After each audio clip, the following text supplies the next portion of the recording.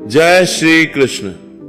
आप सभी को निर्जला एकादशी की ढेरों शुभकामनाएं। प्रिय भक्तों, आज के इस वीडियो में हम विशेष रूप से बात करेंगे कि निर्जला एकादशी का व्रत किया किस दिन जाएगा।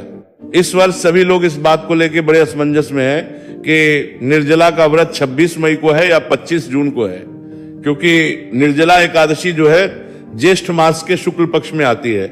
ज्येष्ठ मास की दूसरी एकादशी होती है। और अगर पुस्तकों में जो एकादशी की कथाएं जहां क्रम की होती है वहां पर 14वीं एकादशी होती है और आने वाली एकादशी 14वीं ही है, तो फिर निर्जला का व्रत करें किस दिन? निर्जला एकादशी है कौन सी? इस बड़े कंफ्यूजन को, इस बड़े असमंजस की स्थिति को हम यहां साफ करेंगे।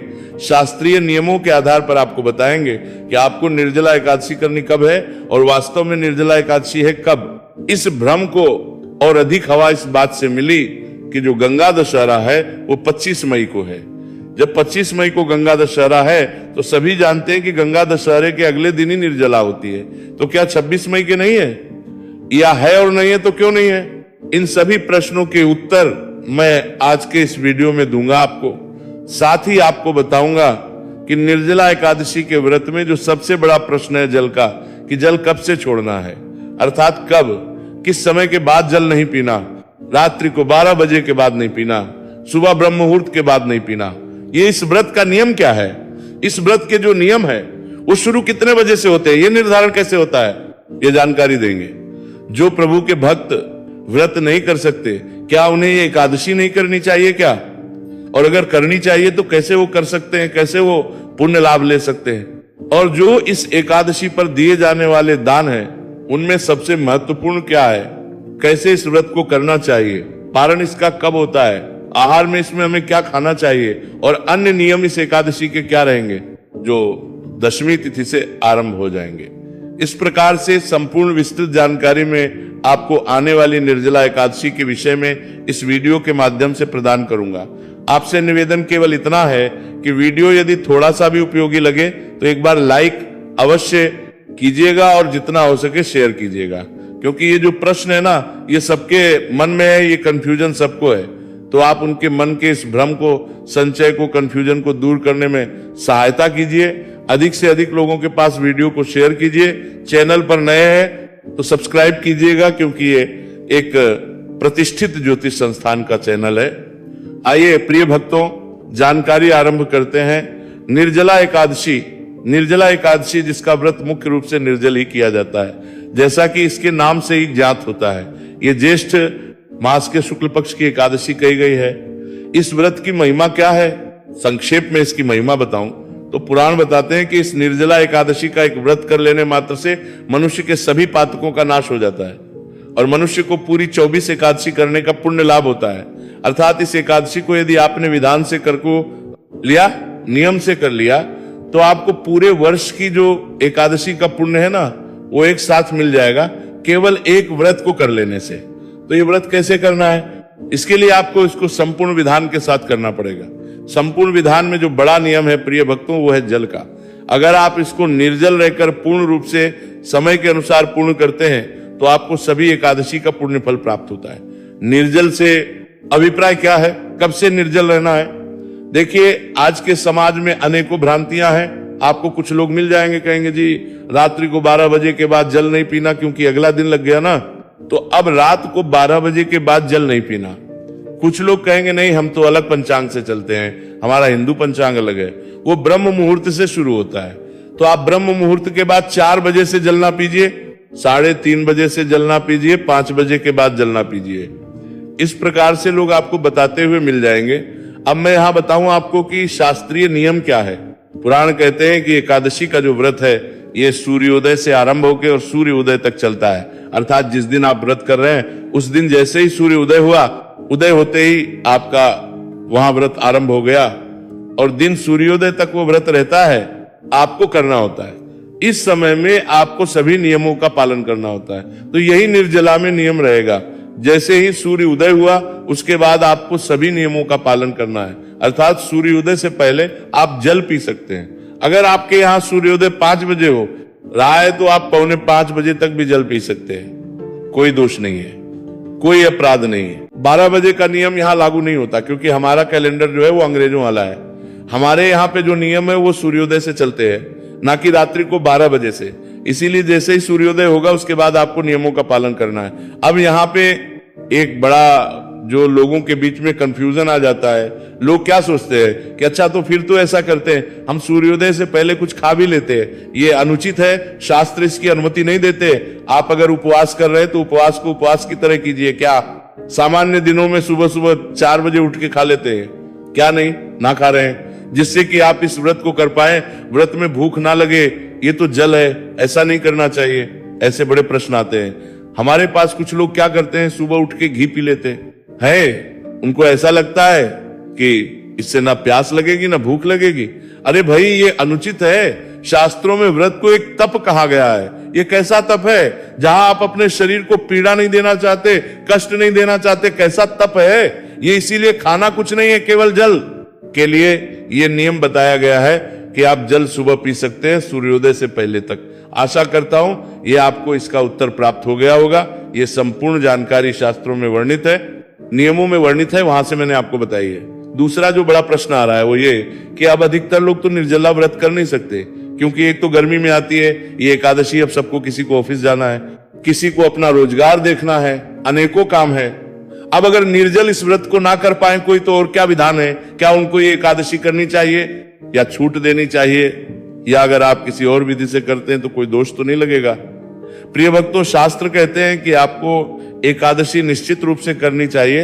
अगर आप एकादशी का निर्जल व्रत ना कर पाए तो आप जल पीते हुए कीजिए। अपराध नहीं है, केवल उसका जो पुण्य रहेगा ना वो थोड़ा कम रहेगा। निर्जल जब आप करते हैं तो आपको वो पुण्य प्राप्त होता है, जिससे कि आपको सभी एकादशी का पुण्य प्राप्त हो जाता है। ये सर्वाधिक पुण्य देने वाला नियम है।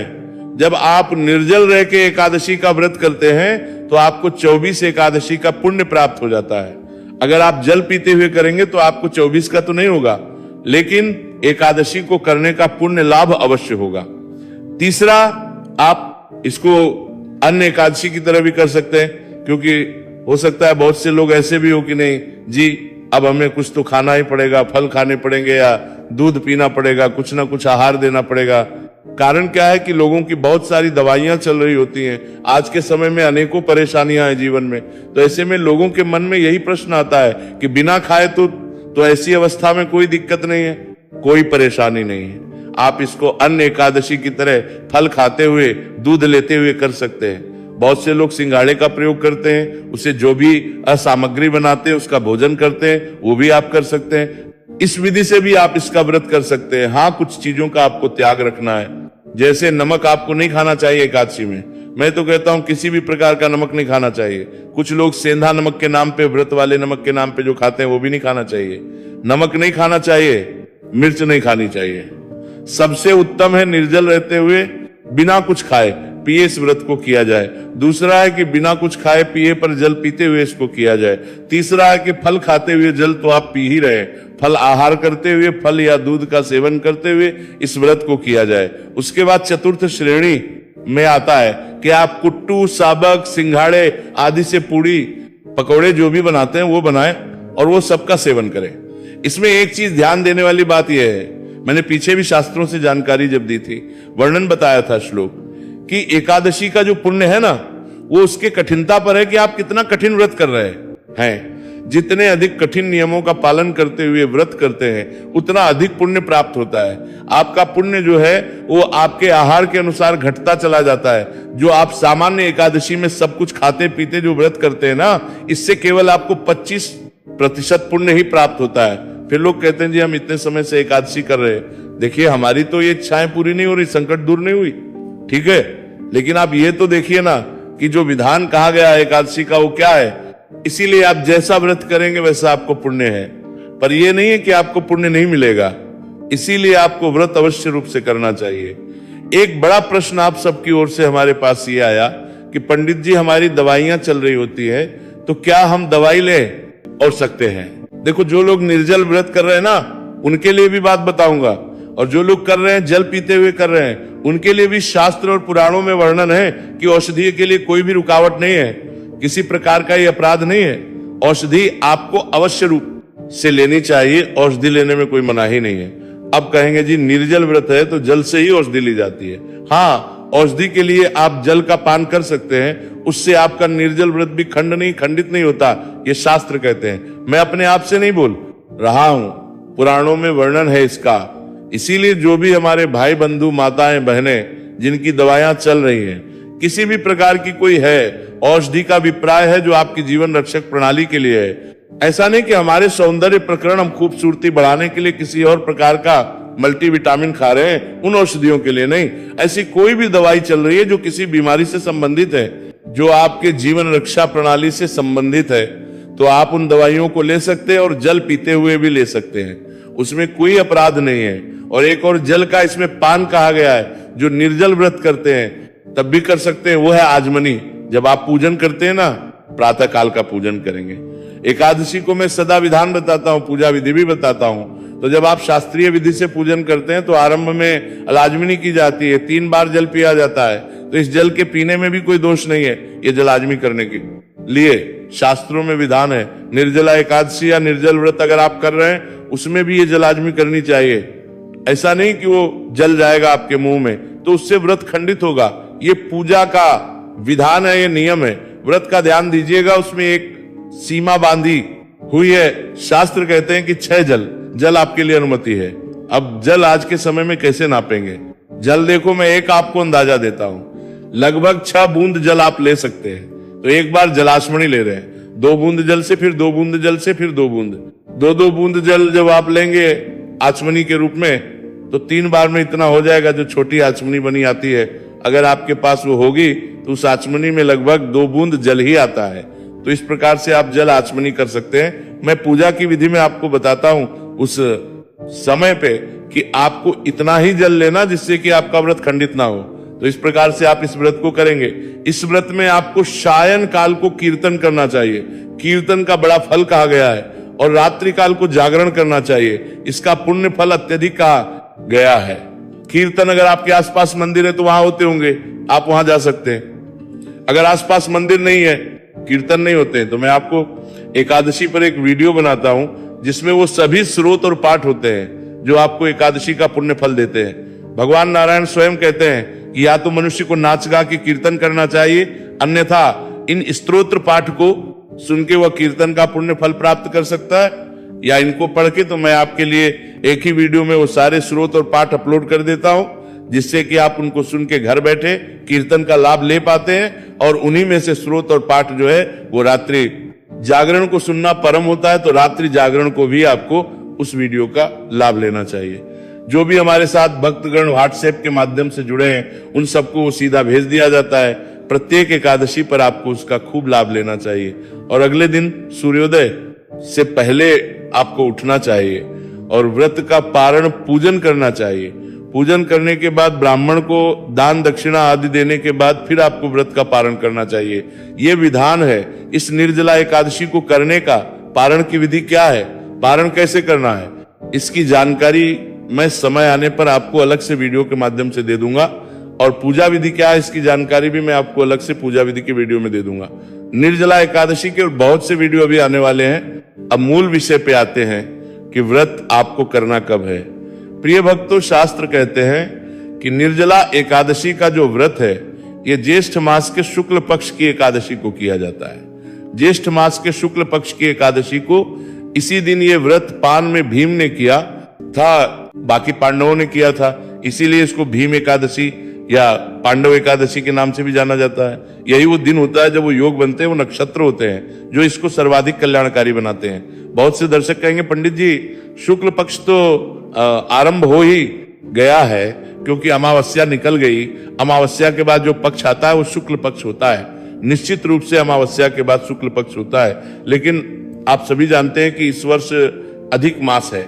और अधिक मास की जो है ना, वो ऐसे की जाती है कि वो माह के मध्य से शुरू होता है, क्योंकि अधिक मास सदैव शुक्ल पक्ष से शुरू होता है। शास्त्र और पुराण यही वर्णन करते हैं। तो जैसे ही ज्येष्ठ मास शुरू हुआ, पहले 15 दिन कृष्ण पक्ष के गए और फिर अमावस्या आई। अमावस्या के अगले दिन से अधिक मास आरंभ हो गया। तो इसी कारण से 13वीं जो एकादशी थी, अपरा वो तो निकल गई ज्येष्ठ कृष्णा, लेकिन ज्येष्ठ शुक्ल जो निर्जला एकादशी है वो अभी नहीं होगी, वो एकादशी मास समाप्त होने के बाद आएगी, क्योंकि अधिक मास की अपनी 2 अलग एकादशियां हैं, उनका अलग विधान है, अलग नियम है।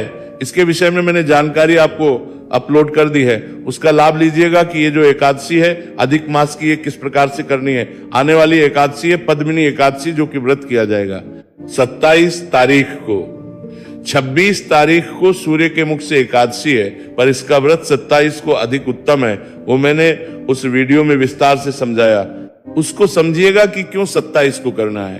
प्रत्येक एकादशी के अपने नियम और होते हैं, उस विधान के अनुसार वो जानकारी है। तो निर्जला एकादशी का जो व्रत है वो जून में ही किया जाएगा, 25 जून को। अब जो आपका बड़ा एक और प्रश्न ये था कि फिर ये जो दशहरा है, गंगा दशहरा, वो अभी क्यों है, उसको अधिक मास में क्यों किया जा रहा है? तो उसके विषय में विधान ये कहता है कि एक तो अधिक मास में दशहरा अलग से नहीं वर्णित किया गया है, दूसरा शास्त्र कहते हैं ज्येष्ठे मलमासे सती तत्वैव दशहरा कारणात् शुद्धि, अर्थात ज्येष्ठ अधिक मास मलमास यदि हो तो ज्येष्ठ अधिक मास मलमास में होने पर गंगा दशहरा उसी में करना चाहिए, शुद्ध द्वितीय ज्येष्ठ में नहीं करना चाहिए, ऐसा शास्त्र की अनुमति है। शास्त्र का कहना है कि अगर अधिक मास मिल रहा है और गंगा दशहरा आ रहा है, अर्थात ज्येष्ठ मास में अधिक मास है, तो आपको अधिक मास में जो दशहरा आ रहा है, शुक्ल पक्ष की जो दशमी तिथि आ रही है, उस दिन आपको गंगा दशहरा मनाना चाहिए, ना कि आपको की प्रतीक्षा करनी चाहिए। इसीलिए गंगा दशहरा जो है वो इस वर्ष मई 25 को है, और निर्जला एकादशी का जो व्रत है उसे लगभग 1 महीने बाद 25 जून को रखा जाएगा। ये थी जानकारी निर्जला एकादशी से संबंधित। आशा करता हूं कि आपका भ्रम दूर हो गया होगा। आपको हमारे द्वारा दी गई जानकारी कैसी लगती है अवश्य कमेंट बॉक्स में लिख के बताइएगा। कोई सुझाव हो रहा है हो तो अवश्य दीजिएगा। चैनल पर नए हैं तो सब्सक्राइब करते जाइएगा, क्योंकि ये प्रतिष्ठित ज्योतिष संस्थान का चैनल है। यहाँ सब जानकारियां ज्योतिष शास्त्र के आधार पर दी जाती है। भगवान नारायण सब पर कृपा करें। हरे कृष्णा।